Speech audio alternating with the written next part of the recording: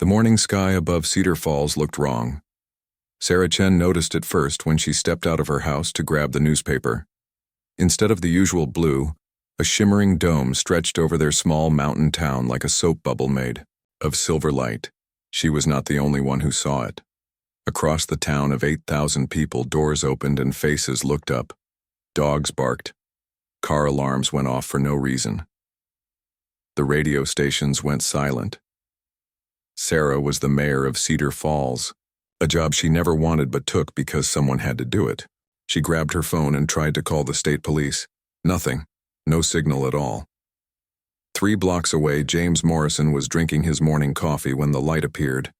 Everyone called him Bull because of his thick neck and stubborn attitude. He had fought in 3 wars before retiring to this quiet place in the mountains. Bull knew trouble when he saw it. He walked to his garage and opened a locked cabinet. Inside were things most retired soldiers kept hidden: weapons, radio equipment, maps. He had hoped never to use them again. Dr. Elena Vasquez was at the hospital when the first patients started arriving. People were scared and confused. Some had headaches. Others felt sick to their stomachs. The hospital's equipment was acting strange too. Computers crashed. Medical devices showed random numbers. Elena had studied physics before becoming a doctor. The dome above them was not natural.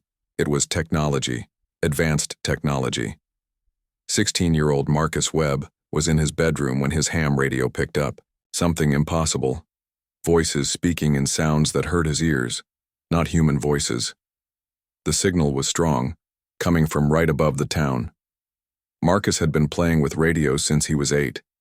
His father said it was a waste of time, but Marcus loved talking to people far away. Now he was hearing something that made his hands shake. The voices were discussing them. The people of Cedar Falls. They were talking about humans like scientists talk about lab rats. By noon, the truth became clear. Ships hung in the air above the town, invisible until they wanted to be seen. They were huge and dark, shaped like teardrops made of metal. When they finally appeared, casting shadows over the streets, people gathered in the town square. Sarah stood on the steps of City Hall. Her voice carried across the crowd through a bullhorn that barely worked. "We need to stay calm," she said. "We need to work together." But staying calm was hard when the first aliens walked down from their ships. They looked like insects that had learned to walk on 2 legs, tall and thin, with too many joints in their arms and legs. Their heads were triangular, with large black eyes that never seemed to blink. They wore armor that shifted colors like oil on water. The leader of the aliens stopped in front of the crowd. When it spoke, the words came from a device on its chest, translated into English that sounded flat and cold. "You are subjects in an experiment," it said. "Your settlement has been selected for testing. You will be studied, then removed. Do not resist. Resistance will only cause pain." An old man in the crowd shouted back, "Removed? What does that mean?" The alien tilted its head. "Your existence will be ended. Your structures will be dissolved. This location will be returned to its natural state. The test requires complete data collection before termination." The crowd began to panic then. Some people ran. Others cried. A few angry voices called for a fight, but Sarah stepped forward. "How long do we have?" she asked. "The study will take 7 days. Termination will occur at the conclusion." Sarah nodded slowly. 7 days. She looked back at her neighbors, her friends, her community. These aliens thought they were just test subjects. They were wrong. "Bull," she called out. The old soldier pushed through the crowd to reach her. "Yeah, Mayor. Start getting people organized. Use the old mining tunnels under the mountain. Get the children and elderly down there first." Bull grinned. It was not a nice smile. "You thinking what I'm thinking?" "That depends. Are you thinking these bugs just made a big mistake?" "That's exactly what I'm thinking." While Bull organized the evacuation, Elena gathered the other doctors and nurses. They set up a medical station in the old community center. Marcus ran home, to his radio equipment. If they were going to fight, they needed to tell the outside world what was happening. The aliens watched all of this with what seemed like curiosity. They made notes on devices that glowed with soft light. They took pictures. They recorded conversations. But they did not stop the humans from moving around town. This was their first mistake. They thought humans were simple creatures who would break under pressure. They had conquered many worlds, defeated many species. Most aliens either ran in terror or surrendered immediately when faced with superior technology. Humans were different. When cornered, humans did not break. They adapted. By evening, the town had transformed. Children and old people were safe in the mining tunnels, with food and blankets brought down by volunteers. The strongest adults remained above ground, turning their home into a fortress. Bull had found others with military experience. Tom Bradley had been a Navy engineer. Rita Santos had served in the Air Force. David Kim had been a marine demolitions expert before opening a hardware store. Together they began preparing defenses. The lumber mill became their headquarters. Its thick walls and elevated position gave them a clear view of the town. The workers knew every machine and tool that could be used as a weapon. Marcus finally managed to punch a signal through the alien jamming. His message was short and desperate. Cedar Falls under attack. Unknown hostiles. Need help. Cannot escape. Will keep transmitting. Elena studied pieces of alien equipment that had been damaged when the ships landed.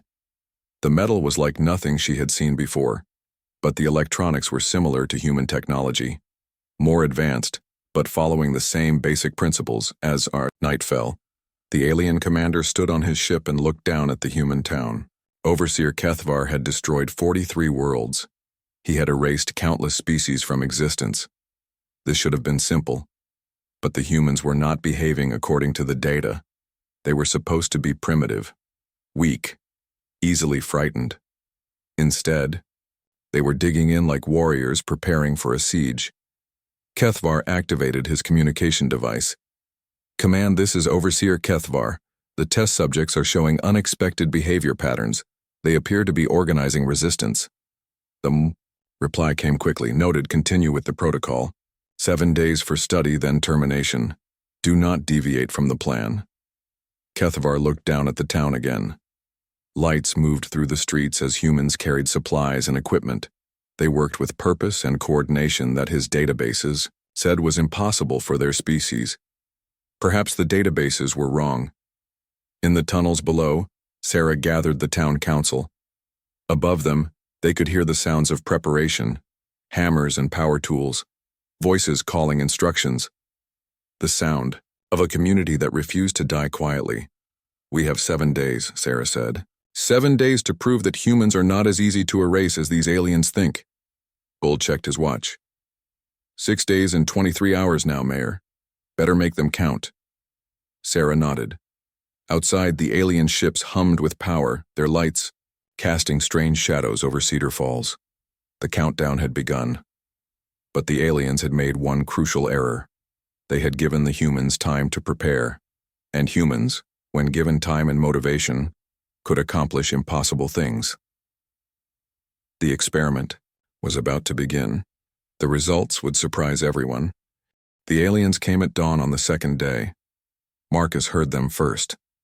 His radio equipment picked up their communication signals as they moved through the forest around town. He ran to find Bull, who was checking the defenses they had built during the night. They're coming from 3 directions, Marcus said, breathing hard. Maybe 50 of them total. Bull nodded and picked up his radio. All teams, this is Bull. Companies coming to visit, remember what we practiced. The human defenders had spent the night turning their town into a maze of traps and obstacles. They knew every street, every building, every hidden path. The aliens knew none of it. The first group of aliens entered Main Street with confidence. Their sensors showed them where the humans were hiding, or so they thought. But when they reached the center of town, the street erupted around them. David Kim had buried explosives under the asphalt, connected to triggers hidden in store windows. When Rita Santos pressed the button, the blast sent 3 aliens flying. Their armor was tough, but the humans had used enough explosives to crack concrete. The aliens immediately took cover and returned fire with weapons that shot beams of purple light. The beams cut through walls like paper, but the humans were already gone, moving through buildings connected by holes they had cut during the night. Overseer Kethvar watched from his ship with growing confusion. His soldiers were trained to fight other soldiers. They expected enemies to stand and fight with honor or run in fear. The humans did neither. They vanished and reappeared like ghosts. They attacked from directions that should have been impossible. They used weapons that his sensors could not detect because they were made from common materials. In the hardware store, Elena worked frantically on a piece of alien equipment that had been damaged in the explosion. She was a doctor, not an engineer, but she had learned basic electronics in medical school. The alien device looked complex, but it followed patterns she could understand. "Got it," she called to Tom Bradley, who was helping her. The device came apart in her hands, revealing circuits that glowed with blue light. "Look at this. It's like our computers, but using light instead of electricity." Tom studied the circuits. As a Navy engineer, he had worked on systems that most people never saw. If it's like our computers, maybe we can hack it. Meanwhile, the second group of aliens had entered the town from the east. They moved carefully through the residential area, scanning each house for human life signs. What they found instead were empty buildings filled with surprises. Mrs. Patterson, who ran the local bakery, had spent the night filling her ovens with homemade explosives. When the aliens entered her shop, she triggered the blast from 2 blocks away. The explosion brought down half the building and sent alien soldiers scrambling for cover. The third group tried to approach through the old industrial district, but Bull had expected this. He knew military tactics, and he knew the aliens would try to flank them. So he had prepared a special welcome. The lumber mill had been turned into a fortress, but it was also a factory full of dangerous machinery. When the aliens entered the main building, Bull activated every piece of equipment at once. Saw blades spun at deadly speeds. Conveyor belts carried loads of cut lumber like massive clubs. Hydraulic presses slammed shut with crushing force. The aliens found themselves fighting not just humans, but an entire building that had been turned into a weapon. By noon, the alien attack had failed completely. They had lost 12 soldiers and wounded many more. The humans had lost 3 people, but they had proven something important. They could fight, and they could win. Kethvar stood in his command center, staring at reports that made no sense. His soldiers described humans who fought with no regard for military doctrine. They used civilian tools as weapons. They turned everyday buildings into death traps. They coordinated attacks without visible communication. "How is this possible?" he asked his tactical officer. "The database says humans are barely above primitive level." "Perhaps the database is incomplete, Overseer." Kethvar activated a communication link to the Hegemony command ship. "This is Kethvar. Request immediate consultation with command." The reply came from Supreme Commander Vex himself. "Report your situation, Overseer. The test subjects are not behaving as predicted. They are mounting organized resistance using improvised weapons and unconventional tactics. My forces have taken significant casualties." There was a long pause. "You are saying that primitive humans are defeating hegemony soldiers? They are not fighting like primitives. They fight like nothing in our databases." Another pause. "Continue the experiment, study their methods. This data may be valuable for future conquests." The communication ended, leaving Kethvar alone with his doubts. He had conquered 43 worlds. He had never seen anything like this. Below in the town, the humans regrouped and planned their next move. They had won the first battle, but they all knew it was just the beginning. Sarah gathered the team leaders in the lumber mill's office. Bull cleaned his rifle while Elena worked on the alien device she had captured. Marcus monitored radio frequencies for any sign of alien communications. He could understand. "They'll be back," Bull said, "and they'll be ready for our tricks this time." "Then we need new tricks," Sarah replied. She looked around the room at faces that had changed since yesterday. These were not the same people who had lived quiet lives. In a small mountain town, they were becoming something else, something harder. "Elena, what did you learn from that alien gadget?" Elena held up a small component that pulsed with blue light. It's a communication device, but it's also more than that. It's connected to their main computer somehow. If we could figure out how to use it, we could listen to their plans. Marcus finished. His eyes were bright with excitement. Maybe even interfere with their communications. Tom studied the device. Give me a few hours with the electronics shop. I think I can rig something up. While Tom and Elena worked on the alien technology, Bull organized the defenses for the next attack. He knew it would come soon, and it would be worse than the first one. The aliens had underestimated them once. They would not make that mistake again. Rita Santos found Bull on the roof of the lumber mill, looking out over the town through binoculars. "What do you see?" "Trouble," Bull replied. "They're bringing in more ships, bigger ones." Rita followed his gaze to the sky, where new shapes were descending through the silver dome. These ships were different from the first ones. Larger, more heavily armed. "How many people you think are watching this?" she asked. "What do you mean?" "Out there beyond that dome. The whole world knows we're here now, thanks to Marcus. How many people are watching to see what humans do when we can't run away?" Bull lowered his binoculars and looked at her. "All of them, probably." "Then we better put on a good show." As the sun set on the second day, both sides prepared for a longer, harder fight. The aliens brought down heavy weapons and more soldiers. The humans dug deeper trenches and built stronger walls. But something had changed during that first battle. The humans had discovered something about themselves that they had not known before. They were not victims waiting to be erased. They were fighters, and the aliens were beginning to realize they had made a terrible mistake. They had not come to study primitive creatures. They had come to fight the most dangerous species in the galaxy. They just did not know it yet. Day 10. The aliens had said 7 days. They lied.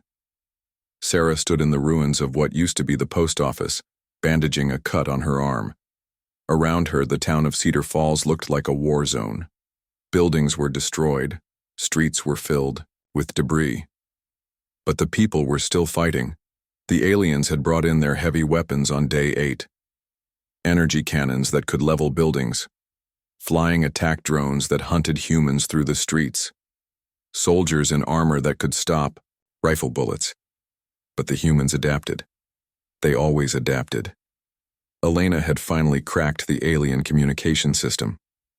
She and Marcus worked together in a basement under the library, surrounded by salvaged alien technology and jury-rigged human equipment.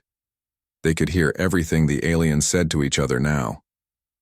"They're calling for more reinforcements," Marcus said, adjusting dials on a device that looked like a radio had been crossed with an alien computer. "Something called a pacification unit is coming tomorrow."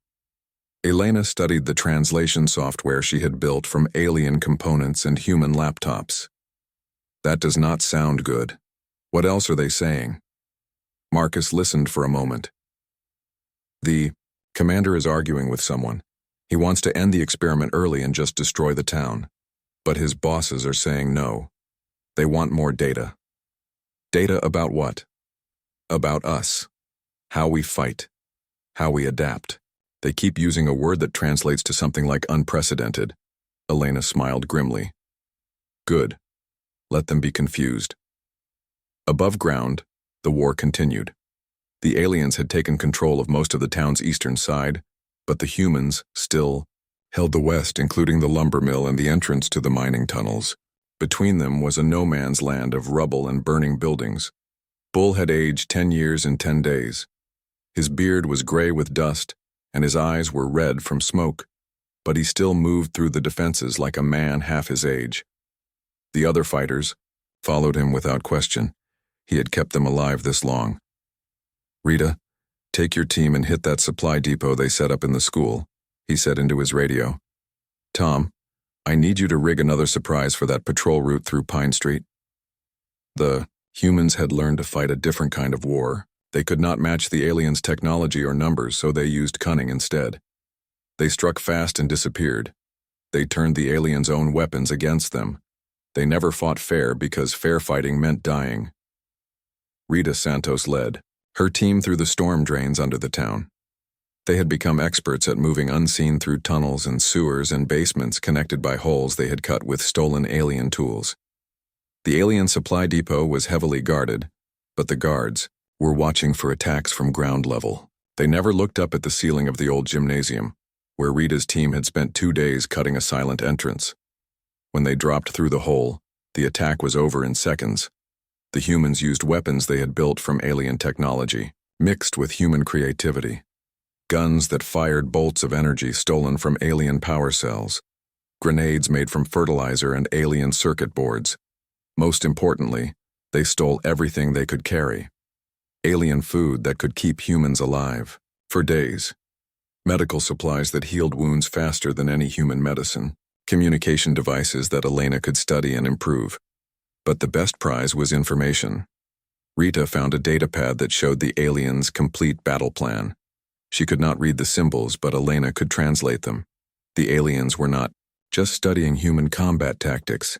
They were studying human psychology, how humans worked together under stress, how they made decisions, how they chose leaders.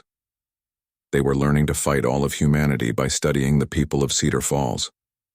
Meanwhile, David Kim worked in the tunnels below the town, preparing the biggest surprise yet. He had found the aliens' weakness during a raid 3 days earlier. Their ships and weapons needed enormous amounts of power, and they got that power from generators hidden underground. David was a demolitions expert. If there was one thing he knew how to do, it was blow things up in exactly the right way. The power conduits run right under Main Street, he explained to Sarah and Bull. If we can take out the main junction, we can kill power to half their equipment. What do you need? Sarah asked. Time. And a way to get close without being seen. Bull studied David's rough map of the underground power system. I can give you a distraction, something big enough to pull their attention away from the center of town. What kind of distraction? Bull's grin was sharp as a knife. The kind that makes them think we're trying to break out of the containment field. While David prepared his explosives, Bull organized what looked like a desperate attempt to escape. 50 volunteers gathered at the northern edge of town, where the alien containment field met the forest. They carried backpacks and supplies, like refugees trying to run away. The aliens took the bait. They moved most of their mobile forces north to stop the escape attempt. Their attention focused completely on the humans who were trying to break through the energy barrier. What they did not see was David Kim crawling through maintenance tunnels deep underground, carrying enough explosives to level a city block. The diversion worked perfectly. The humans at the containment field put on a convincing show of desperation, trying again and again to break through the barrier while alien forces surrounded them. Some of the volunteers were actually injured by the energy field, making their performance completely believable. David reached the power junction at exactly noon. The alien power conduits were thick cables that hummed with dangerous energy. He placed his charges carefully, using lessons learned in 3 different wars about how to destroy things that were built to be indestructible. When the explosions came, they shook the entire town.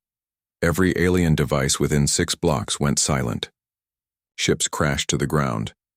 Weapons stopped working. Communication systems failed. For exactly 17 minutes, the humans had a technological advantage. They made those 17 minutes count. Teams that had been waiting for this moment struck, simultaneously across the town.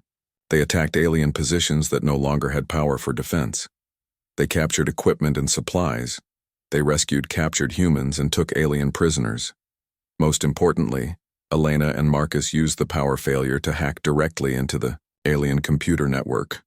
For 17 precious minutes, they had access to everything. Download everything, Elena said, her fingers flying over controls that were part human keyboard and part alien interface. Battle plans, ship designs, star maps, anything we can get.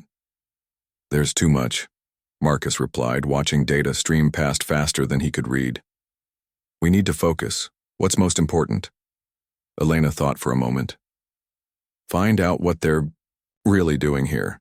This is not just about studying us, there's something bigger.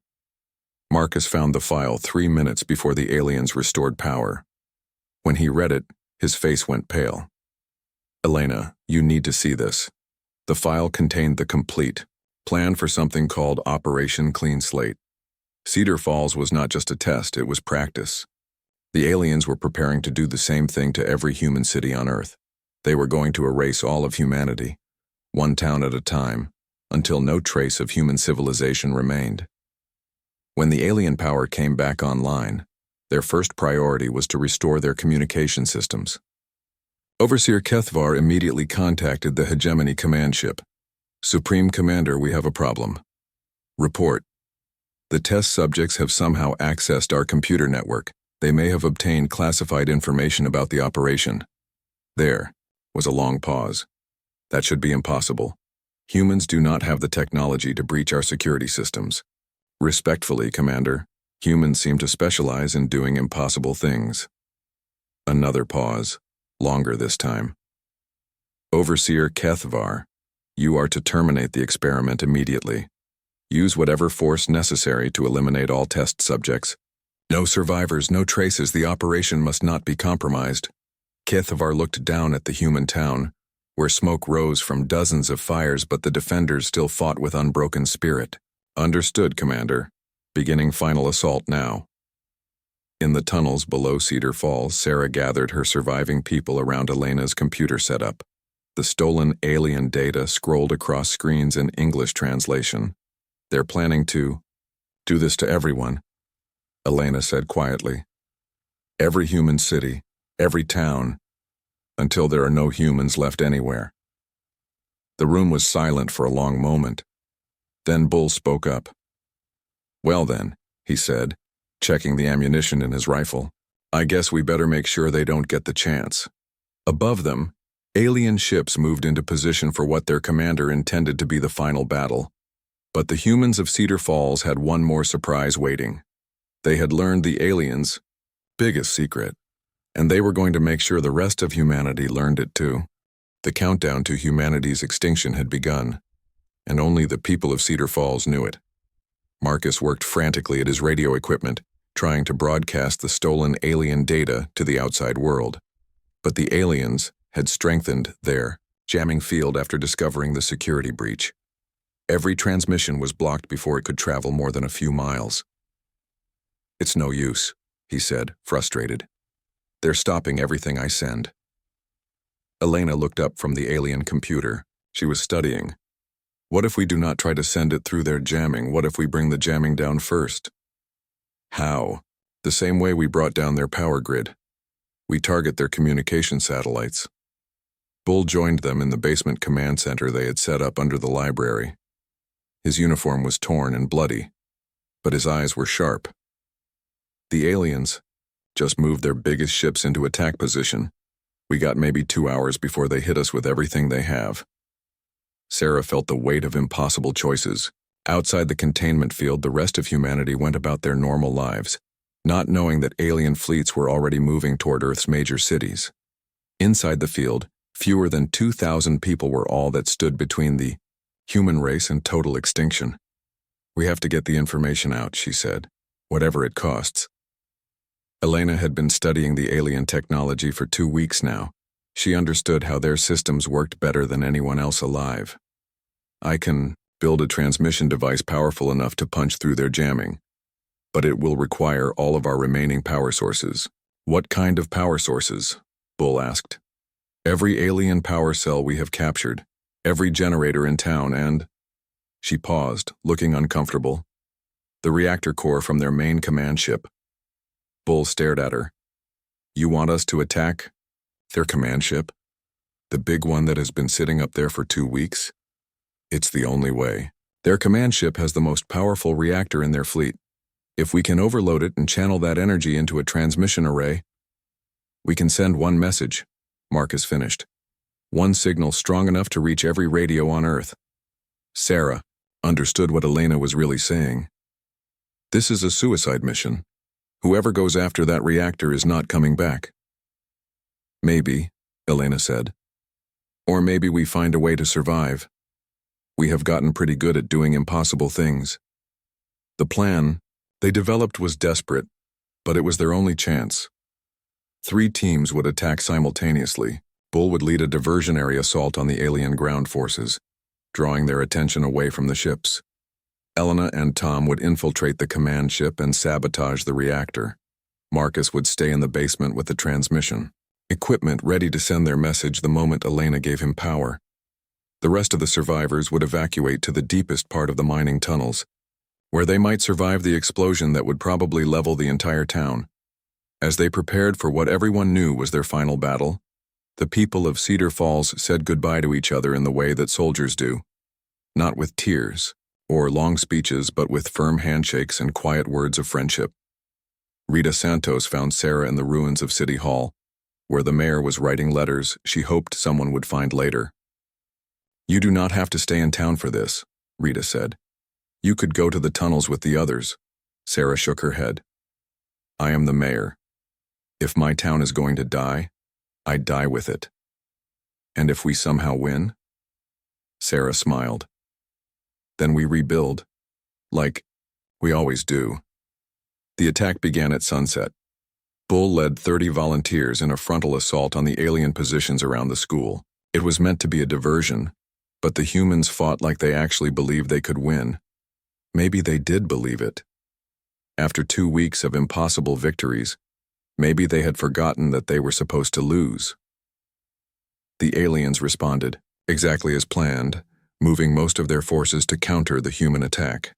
Their command ship, which had seemed invulnerable floating high above the town, was left with minimal guards.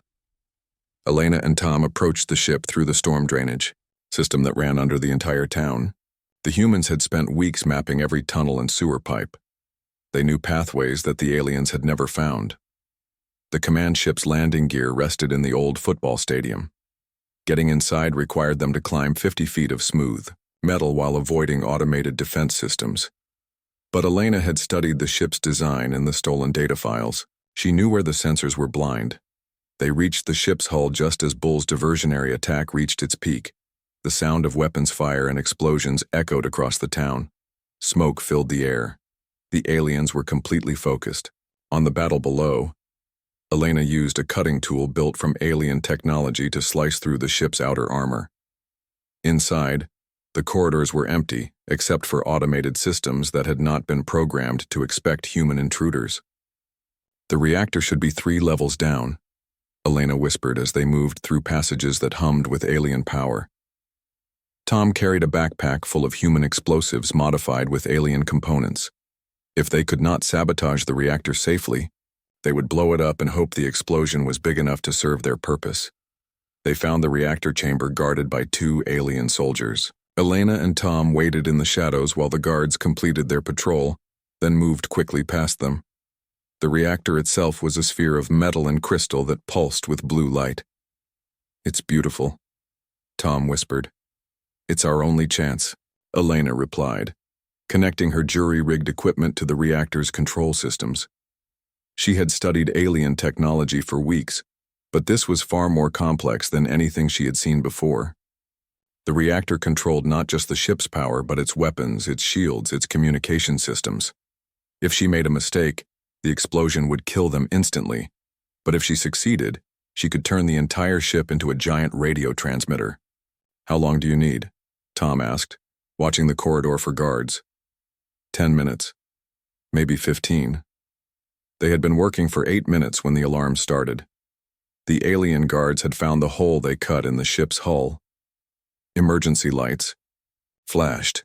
Security doors began closing automatically. "Elena, we need to go, now." "Almost finished. Just a few more connections." Tom could hear alien soldiers running through the corridors, getting closer every second. He made a decision that probably saved both their lives. Instead of waiting, he activated the explosives in his backpack and threw them down the corridor, toward the approaching soldiers. The explosion blocked the corridor with debris, buying them precious time. But it also damaged the ship's internal systems. Lights flickered. The reactor's hum changed pitch. "Done," Elena shouted over the noise. "The reactor is overloading on a controlled cycle. We have maybe 3 minutes before it reaches critical levels." They ran through corridors that shook with increasing vibrations. Behind them, the reactor's blue light was getting brighter and more unstable. Ahead of them, more alien soldiers blocked their path to the exit. Tom had one explosive device left. He looked at Elena and smiled. Tell my wife I went down fighting. Before Elena could stop him, he charged the alien soldiers with the explosive in his hands. The blast cleared their path but sent Tom flying against a bulkhead. When Elena reached him, he was unconscious and bleeding badly. She could not carry him and escape before the reactor exploded. She had to choose between saving her friend and saving humanity. Elena made the choice that Tom would have wanted her to make. She ran. She reached the drainage tunnel 30 seconds before the command ship's reactor went critical. The explosion lit up the sky like a second sun, sending a pulse of electromagnetic energy that could be detected from space. In the basement under the library, Marcus felt his equipment come alive with more power than he had ever dreamed of. For exactly 47 seconds, he had enough energy to broadcast a signal that could reach every corner of the Earth. He sent everything: the alien battle plans, the locations of their fleet, the truth about Operation Clean Slate, the warning that humanity's extinction had already begun. When the power faded and his equipment went silent, Marcus could only hope that someone, somewhere, had been listening. Above ground, the alien attack had stopped completely. With their command ship destroyed and their communications in chaos, the remaining aliens retreated to their other vessels. They still outnumbered the humans 10-1, but they had lost their coordination and their confidence. Bull found Elena in the ruins of the stadium, sitting beside a crater where the alien command ship had been. She was crying, but she was alive. Did it work? He asked. Elena wiped her eyes and pointed to the sky, where alien ships were launching flares in patterns that looked like distress signals. Something worked. They are scared. Sarah arrived a few minutes later, followed by the other survivors emerging from buildings and tunnels across the town. Of the original 8,000 people who had lived in Cedar Falls, fewer than 1,500 remained. But they had done something no one thought was possible.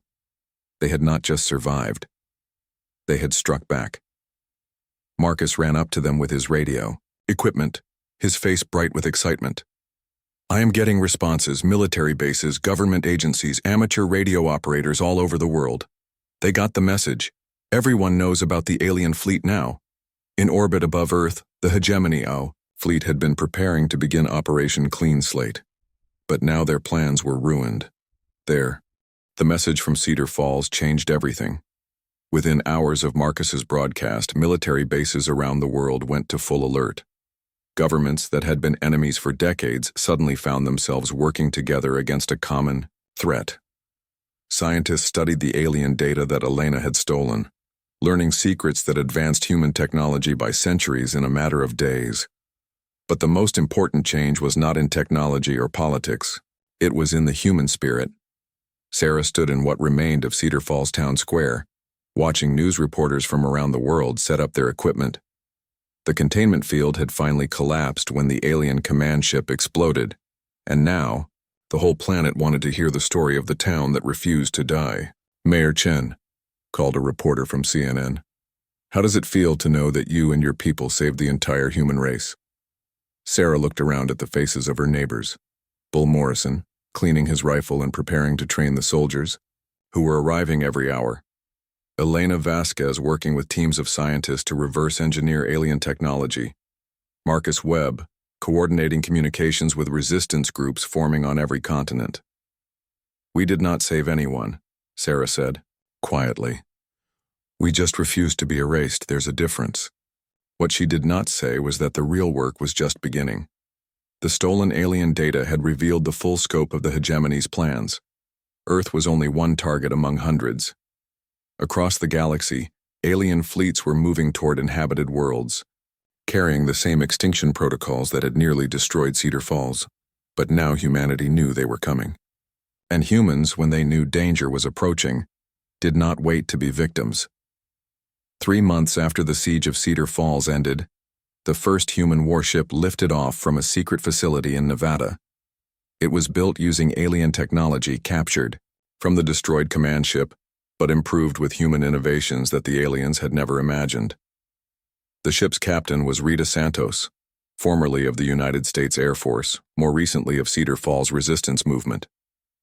Her crew was made up of survivors from the town, along with volunteers from the human military forces that had studied their tactics. "This feels weird," Rita said as they broke through Earth's atmosphere. "6 months ago I was running a small repair shop. Now I'm commanding humanity's first starship." Bull Morrison, who served as her tactical officer, grinned from his station. "You get used to it. Fighting impossible odds, I mean. After a while it just becomes what you do." The ship's mission was both simple and terrifying. They were going to find other worlds that the hegemony was preparing to attack, and they were going to teach those worlds how to fight back. Elena had discovered something important in the alien data. The hegemony had conquered dozens of civilizations, but they had always faced the same types of resistance. Organized military forces that fought by conventional rules, species that either surrendered quickly or died fighting in predictable ways. They had never faced anything like humans. The first world they reached was called Kepler 442b by human astronomers. The aliens called it Target 7. The inhabitants were a peaceful species that had never developed weapons more advanced than simple projectile guns.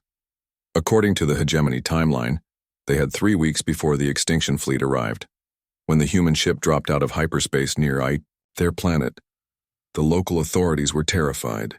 Another alien vessel meant their doom was even closer than expected.